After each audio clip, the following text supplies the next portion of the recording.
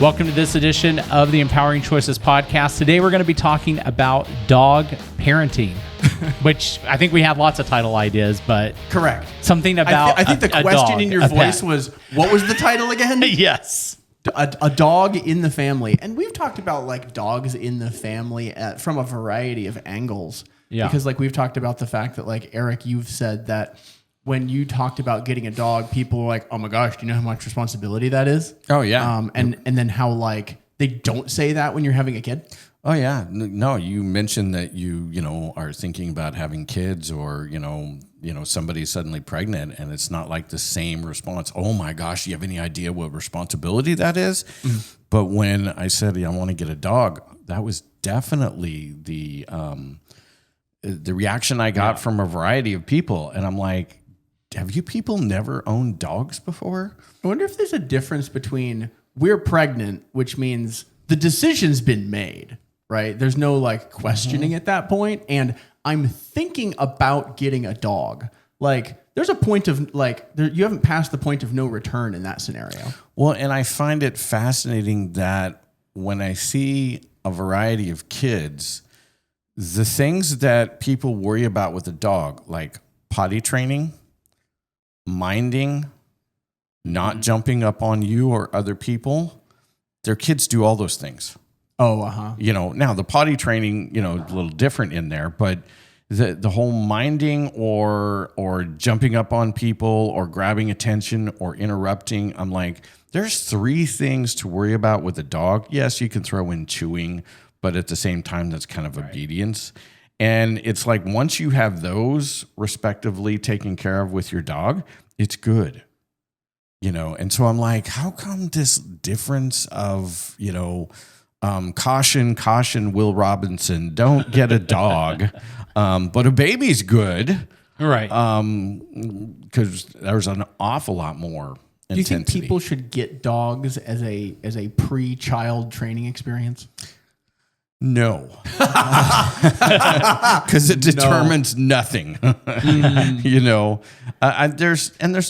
a lot of people that will get animals, but dogs especially. And that's true. You could get a cat or a Yeah. And a cat is independent. You just feed them, and they're pretty much going to be good on their own once you teach them how not to do certain little things like climb your drapes. But a dog, I've noticed a lot of people, they just settle into, it's just a dog's going to do what it's going to do. And I'm like, no, actually, you can train the dog. Like the dog's going to do what it's going to do, and it's doing bad things. And it's doing bad things. Yeah. But it doesn't have to be that way. Well, you're a huge fan of directing people to your favorite dog trainer here in town, too. Mm-hmm. Like, I hear you say that all the time. Oh, yeah. And again, let's just prove to your point, like, you can train a dog. You can train a dog. Yeah. And it's not the same words. I wouldn't use the same words, but like, you can teach kids, too. Mm-hmm. You can. I mean, I've spent my entire career teaching kids. I've had some of the worst kids that our state has had to offer, per se, in working with them. I've had other people's kids that were not minding their own parents, and very shortly they were completely different with me. I didn't do anything in a corporal punishment type of a way. I just interacted with them differently that helped them to see, oh wow, this is not the way that I should interact with an adult. And then they were doing it differently, and parents are like, how'd you do that? And I'm like, don't do that.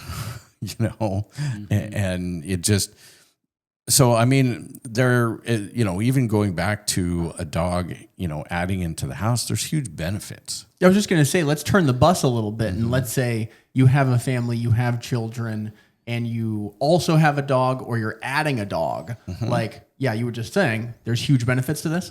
Oh, yeah. Now we're going to go with any furry animal. Oh, sure. Yeah, we're just kind of using dog as a placeholder, or cats. Yeah. But the research has been very well done that when a human being touches the furriness of the animal, now it's not just the fur, because you can touch things that are furry or felty or whatever it is, but you have the breathing, you have the warmth, you have the interactions, you have the personality. I mean, you're touching the fur, but what the research has shown is that lowers stress.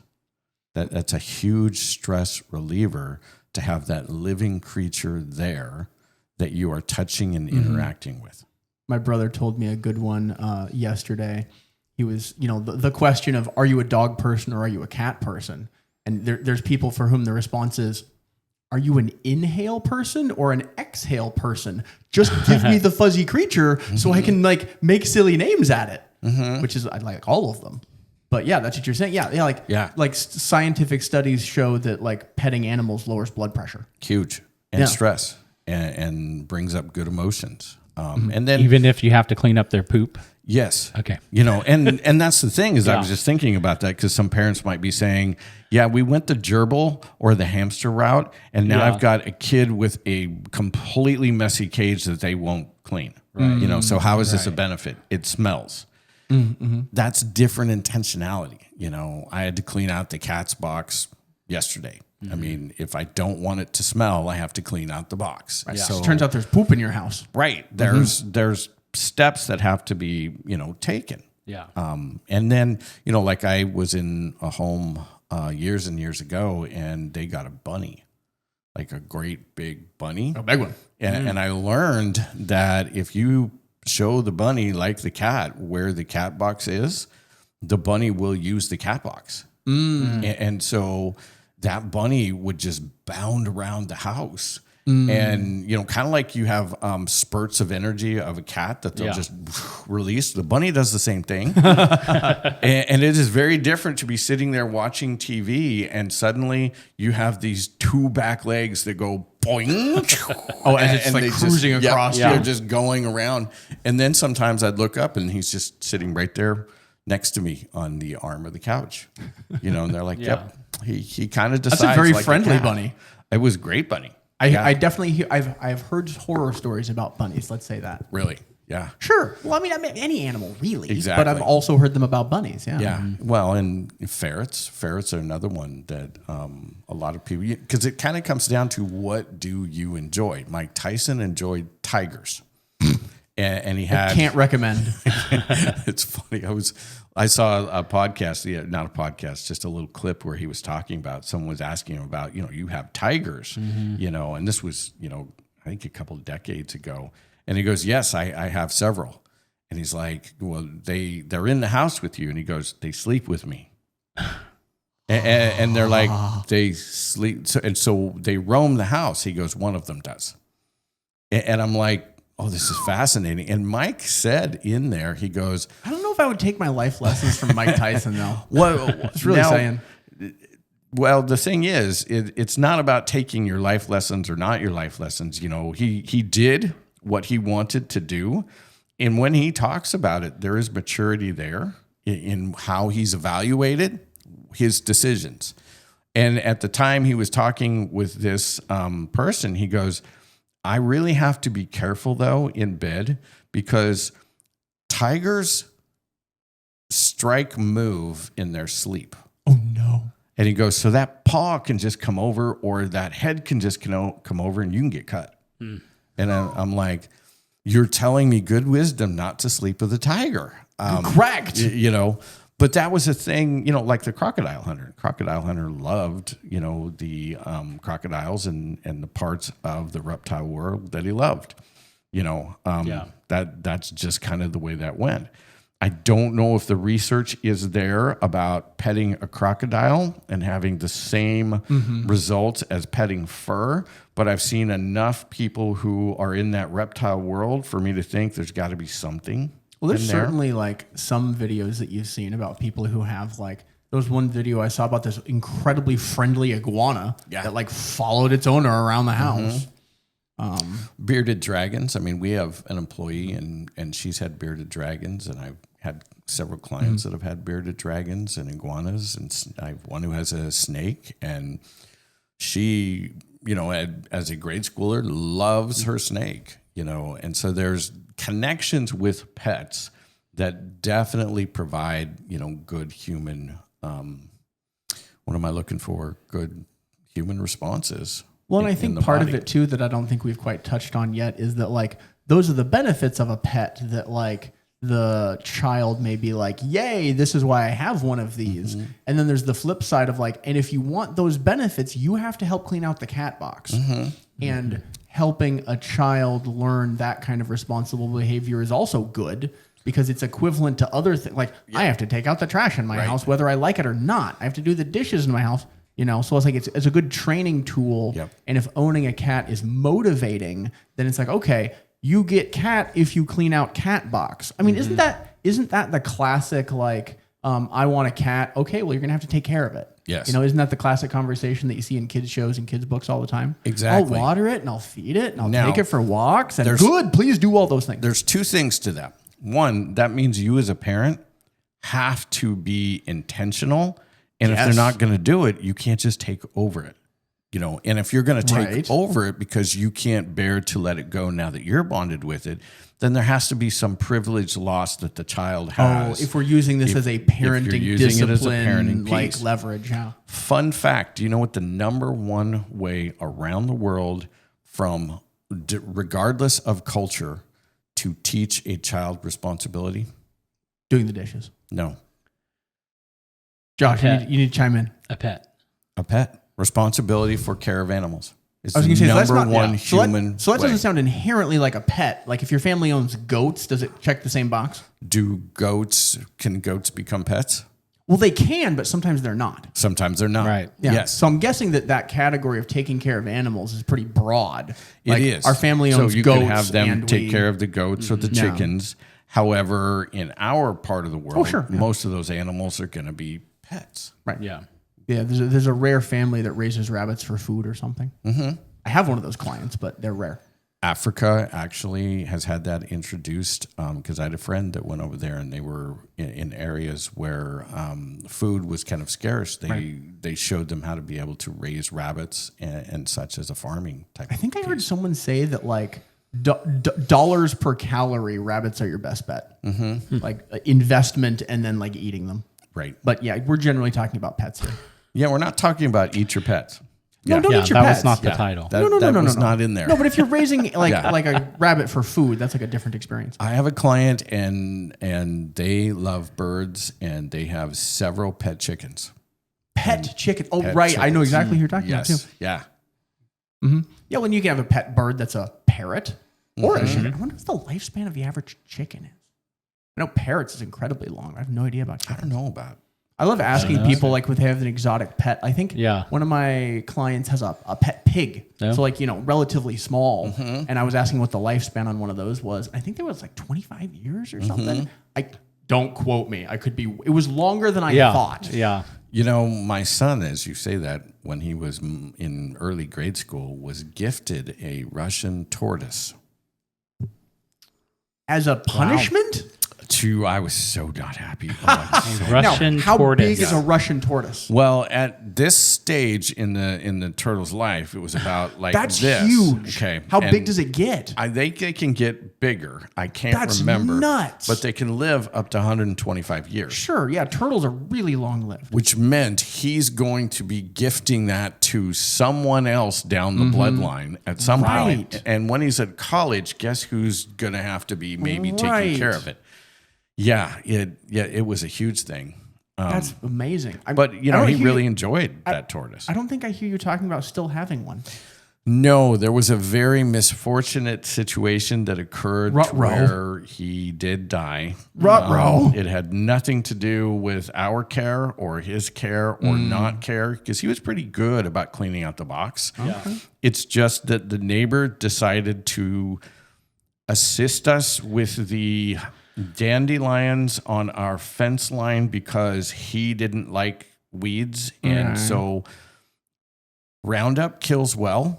Okay. And tortoise's favorite food is dandelions. Oh my gosh, the tortoise got poisoned by Roundup? It was horrible. Oh my gosh. Yeah. That's actually really tragic. I know. It was so, then again, now I'm so mad. And, Sure, he's like, I was remembering about it. When we brought it up, the guy felt so bad. He had no idea. He really thought he was helping, and I totally understand that. But kind of moving back into the picture, we get a bit of field. Yeah. Right. You know, animals have a huge benefit. Now, they can have a huge detriment if they're not trained well, if they're not taken care of well, they can provide a lot of stress. They can provide, a lot of heartache. And so you've got to have some intentionality in what's going to happen. When my dad got a chipmunk for me when I was a kid, and one of the first things he knew he had to do is build a cage. And so he had me out there, helping me build a cage, and it was great. I had him for a couple of years. You had a pet chipmunk for a couple years? Chipmunk, yeah. It was amazing. I'd reach my hand in and he would pop up in my hand and he would just eat the sunflower seeds right out of my hand. Oh my goodness. Yeah. It was, I also had a pet squirrel out front to which got very plump. I fed him mini peanuts and he would come up to me and I'd go out in the summer and sit on the steps and he would jump up on my knee and I'd just hand him peanut after peanut. Oh my gosh. And he'd just sit there and I could pet him and everything. His name was Snoopy. It was wonderful. The only bad part with Snoopy, well, it wasn't Snoopy, but it was me who wanted to integrate him into the inside house. And that wasn't working well. There's 2 cats and 2 dogs in the inside house. Yeah. It was quite the... Did Snoopy get in? Well, Snoopy got coaxed in. Got coaxed in here. Have a peanut. peanut trail into the house, and then the door shuts, and then the cats and dogs go, oh. And so now they're all chasing him, and my mom is chasing them with a broom. Wow. Yep. And so it was a bad situation. When my dad caught it's called a fence lizard. It's a very colorful lizard that lives usually around like big rivers and things. And he brought that home. He had to build another cage, and so, we had that one there. So we got to learn together how to take care of these types of animals. I came inches away from having a lynx.